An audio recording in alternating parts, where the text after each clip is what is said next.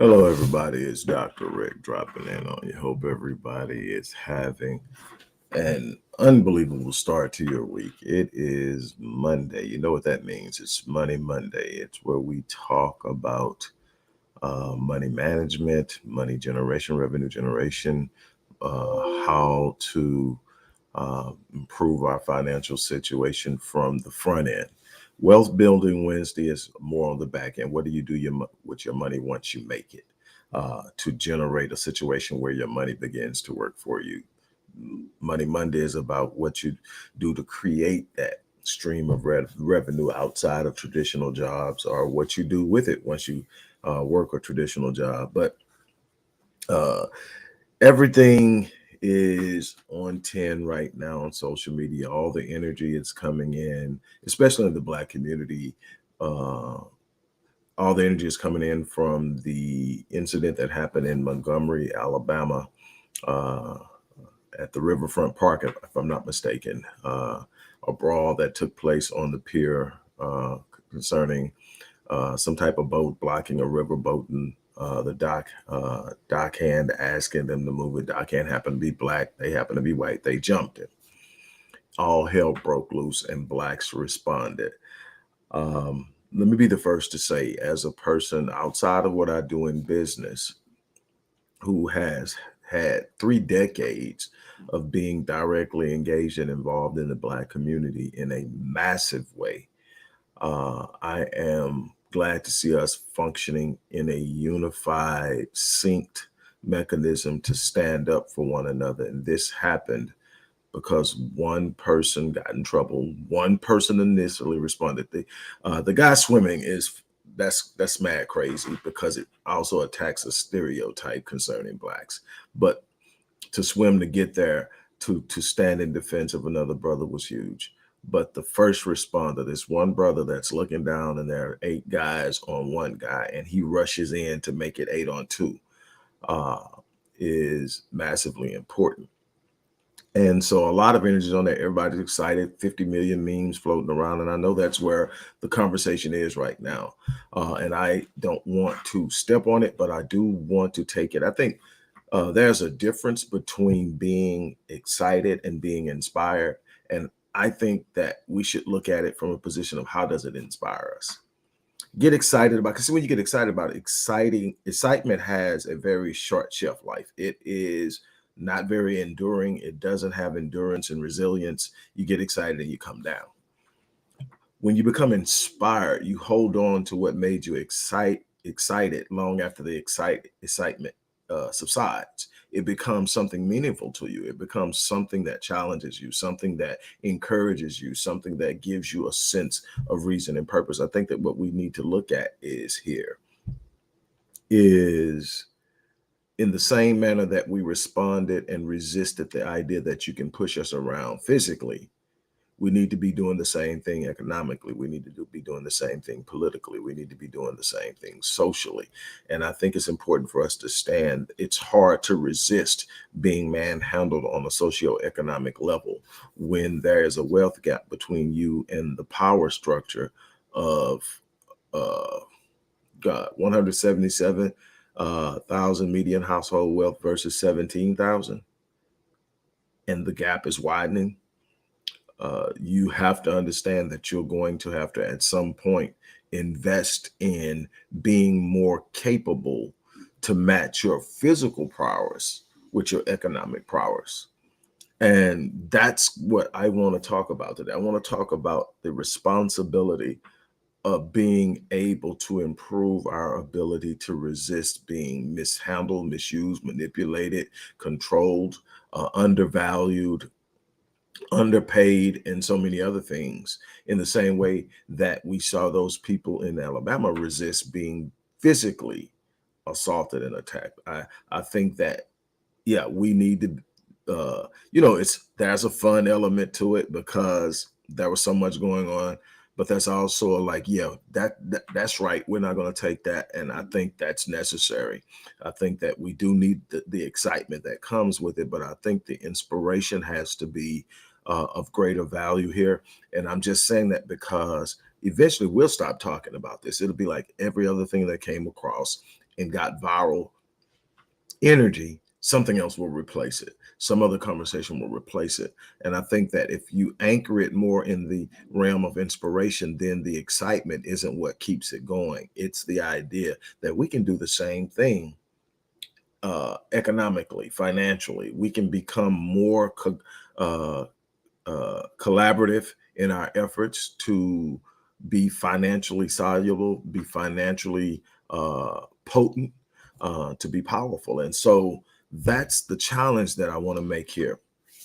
Before I move more into this, I want to remind you, I've actually sort of as a celebration of this thing, extended the offer I had this weekend, which is uh, the Path to Generational Wealth 18-month course being offered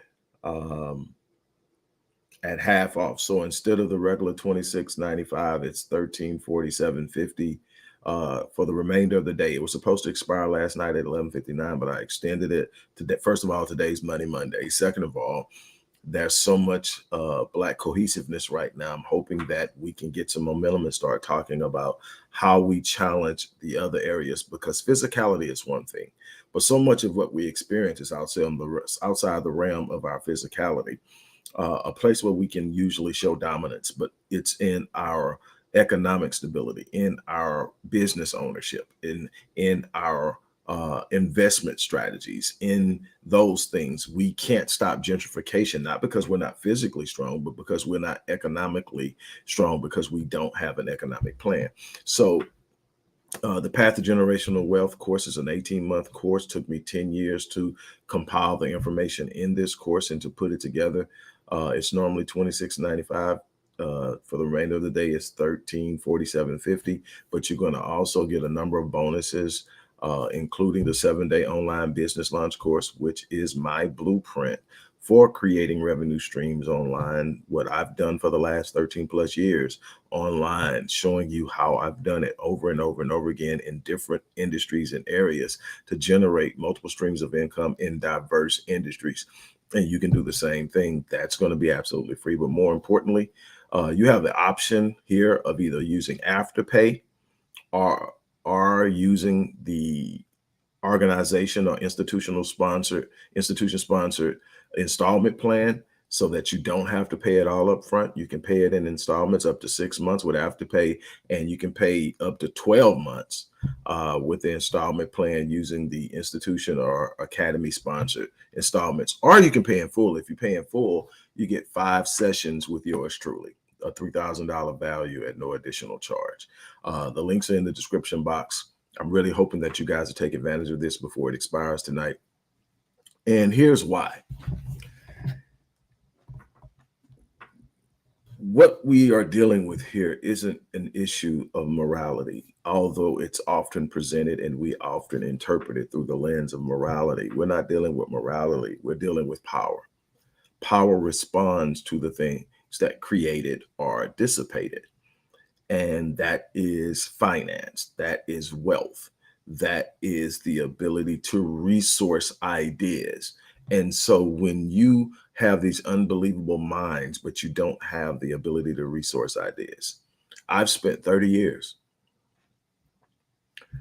researching over 80,000 hours, the Black Enigma, everything from multi-generational transmission of trauma, economic disparities, disproportionality in special education referrals, other academic and educational issues, uh, intimate partner violence, African-American adolescent and young adult male violence, and on down the line.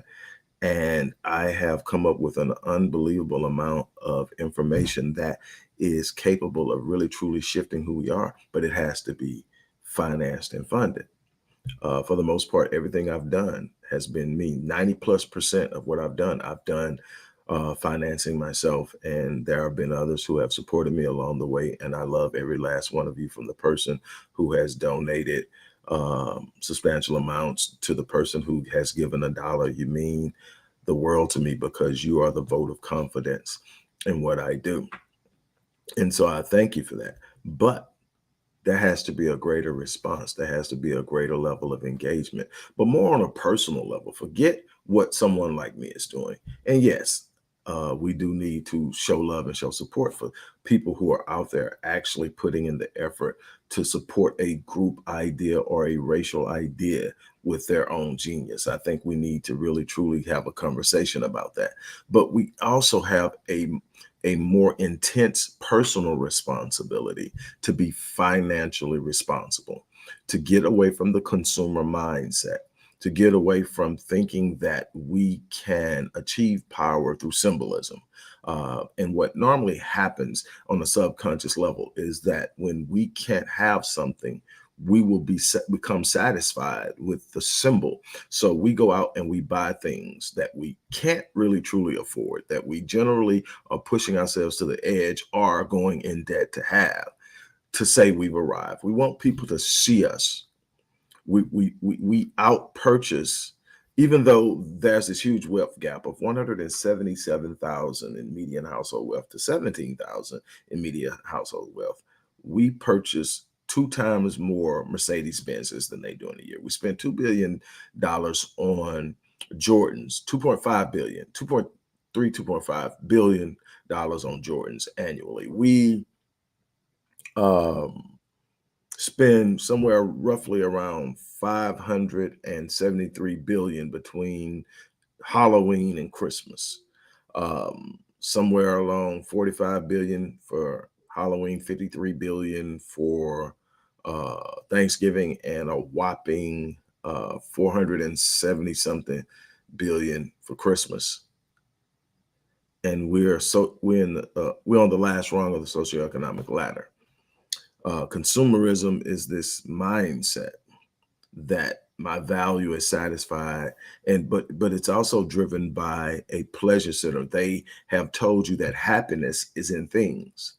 There is Madison Avenue, Wall Street, Washington, D.C., Silicon Valley. All of these major players have convinced you that it's in buying things that you achieve happiness. They've even redefined the term happiness to include pleasure. And the truth of the matter is, scientifically speaking, they come from two totally different parts of the brain and the secretion of two different hormonal neurotransmitters, serotonin and dopamine.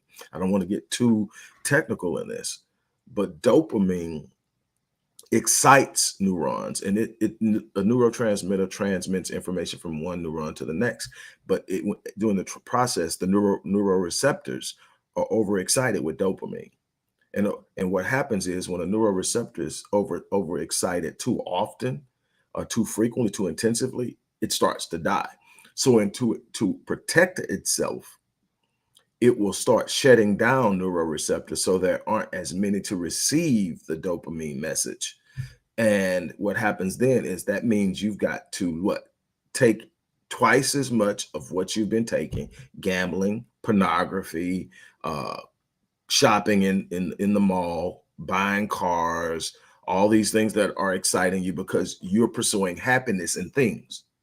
Well, the thing is, in order to protect itself, these neuroreceptors are shutting down, making you need to buy more things in order to achieve the same level of this feeling you get, which is an excitement and it's actually a feeling of pleasure, not happiness. Two totally different things. Serotonin, on the other hand, is a neuroinhibitor. It's a neurotransmitter, but it's a neuroinhibitor, meaning that it actually slows the firing down.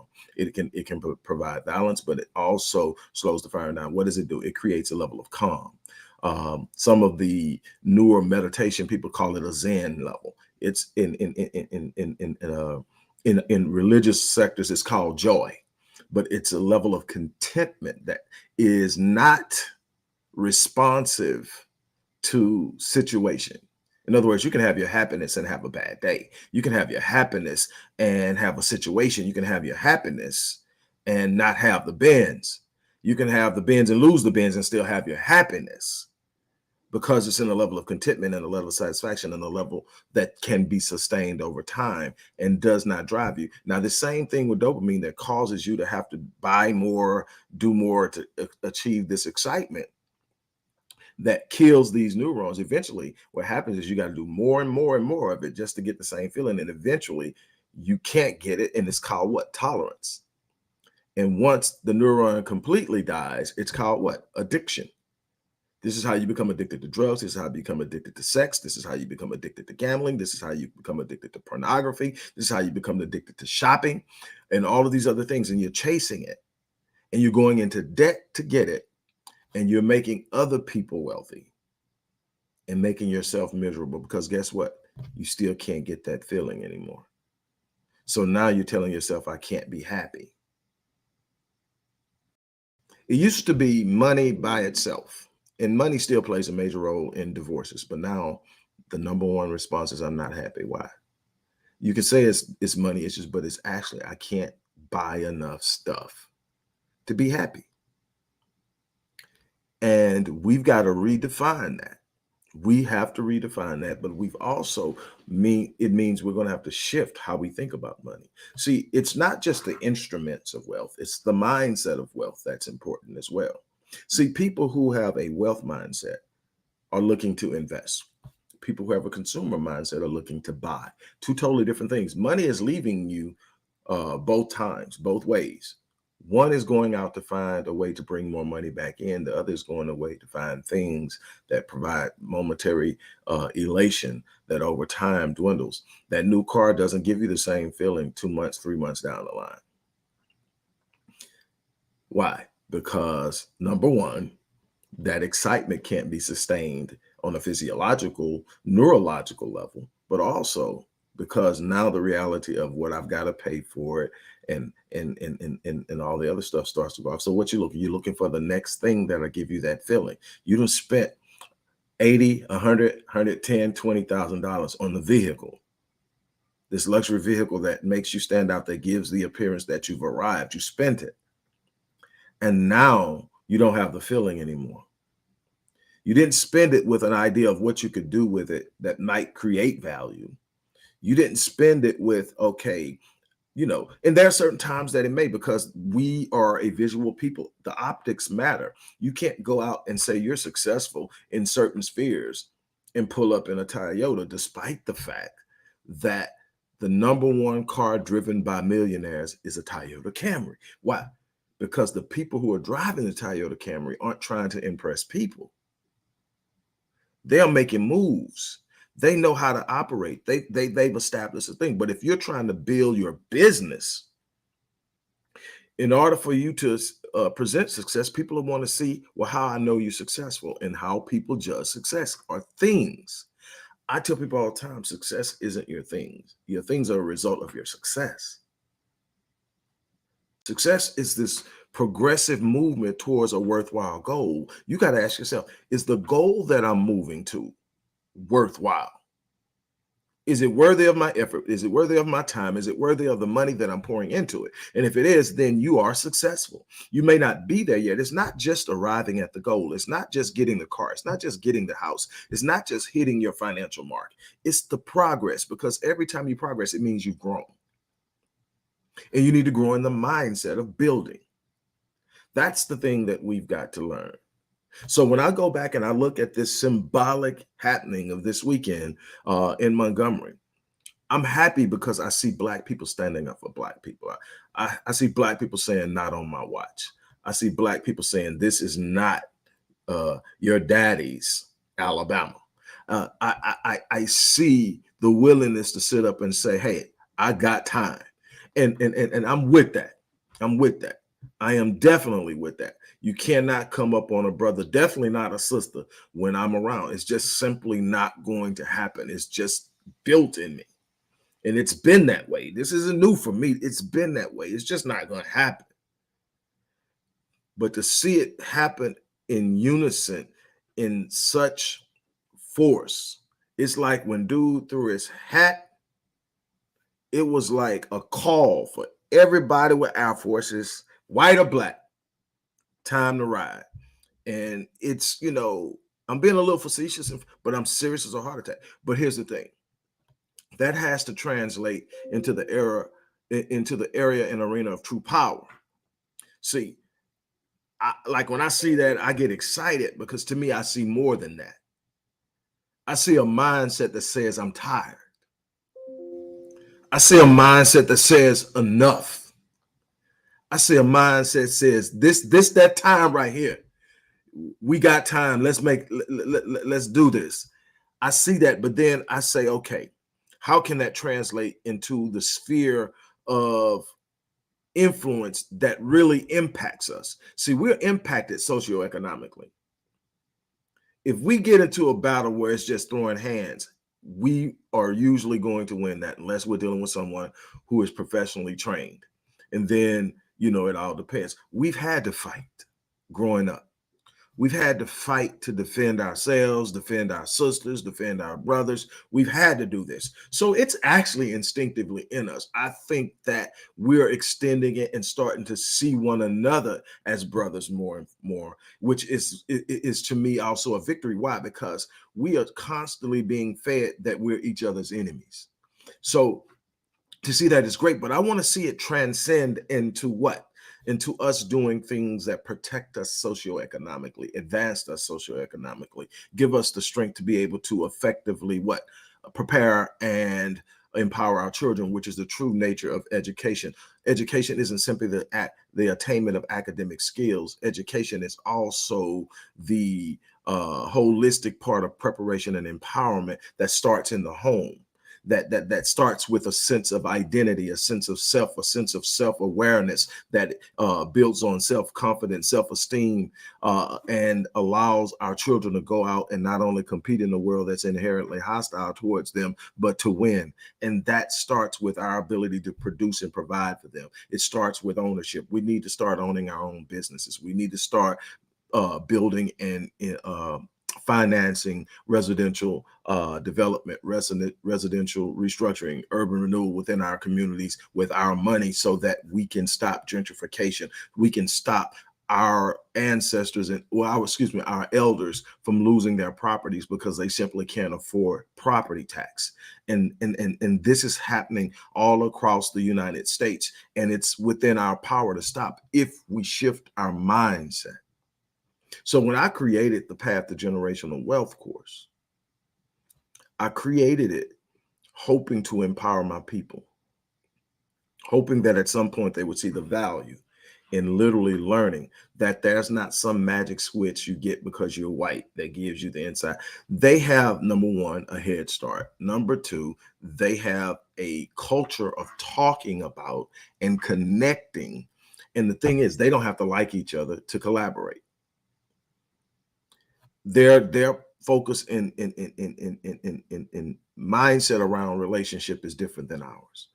We will not work with someone we don't like, but then we'll go work around them all day long for pennies on the freaking dollar.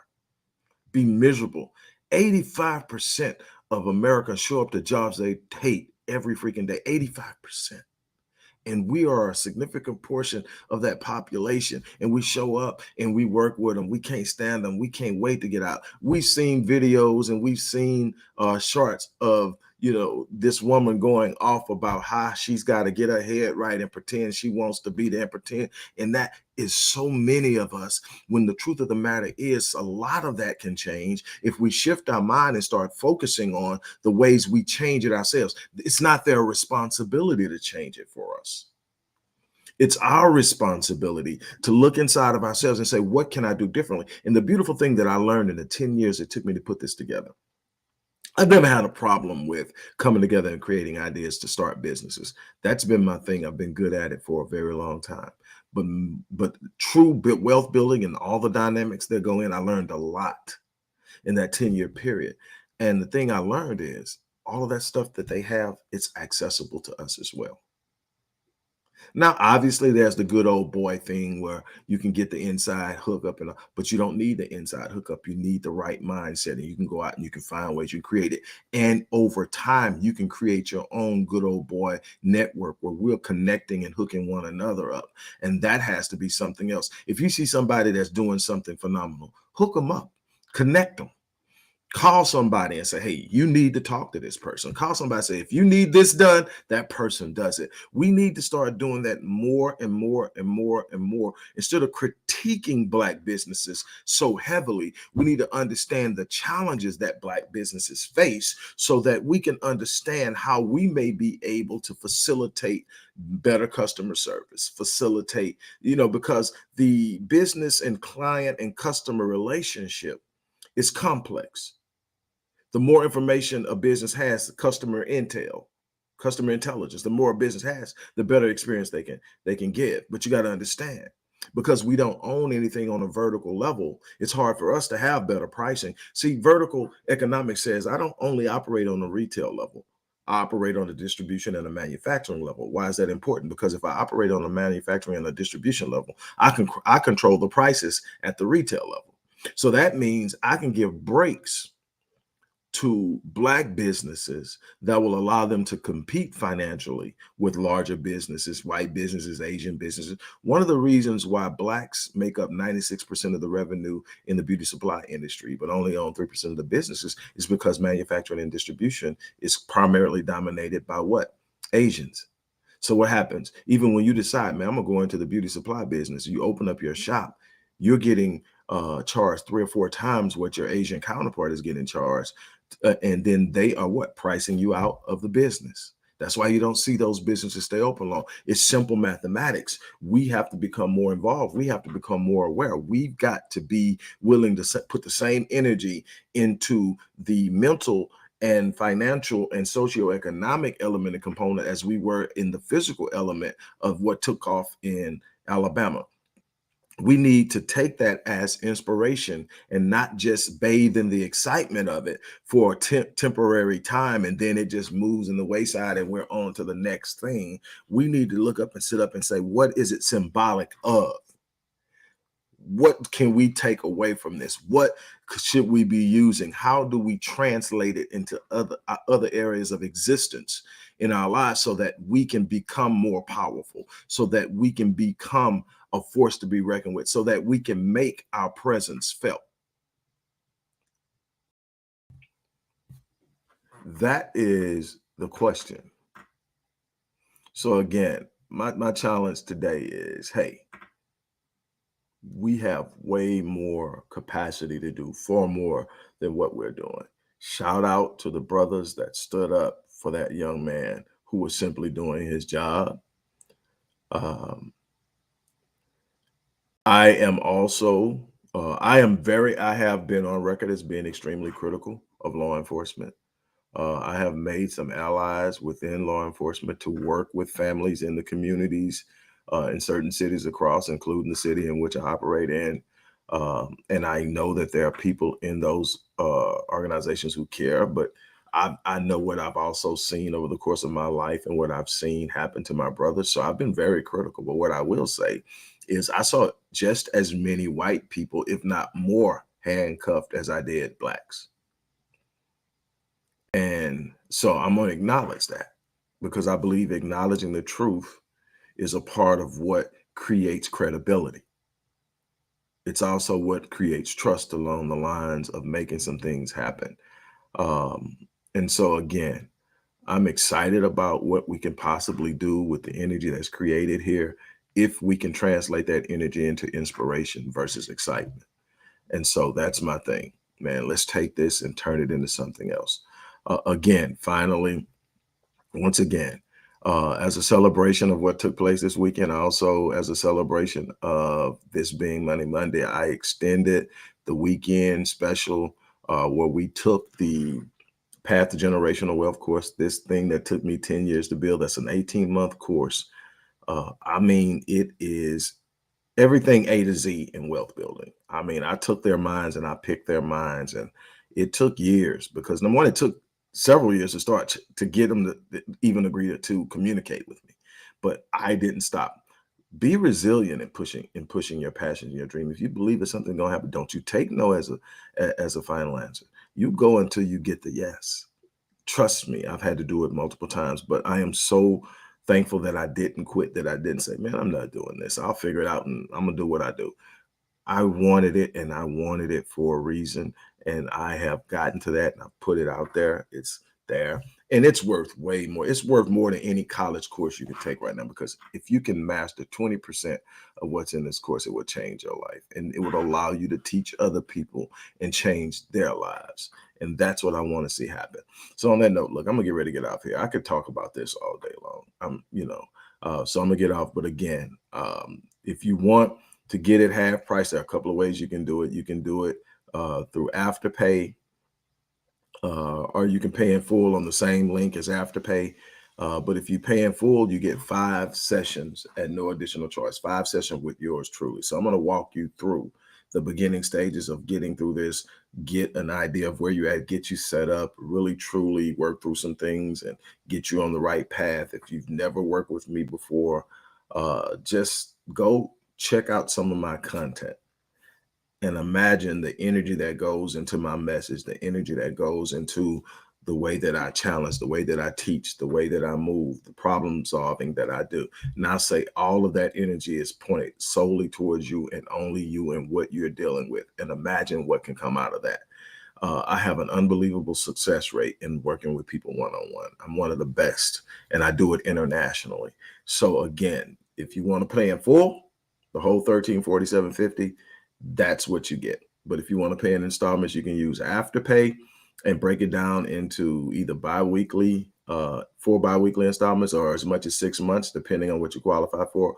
Or if you want to break it down to 12 monthly installments, you can go to the actual Legacy Wealth Academy site where the class is actually presented and choose the installment place. Now, the regular price is going to be up if you pay in full on that. Don't pay in full on there.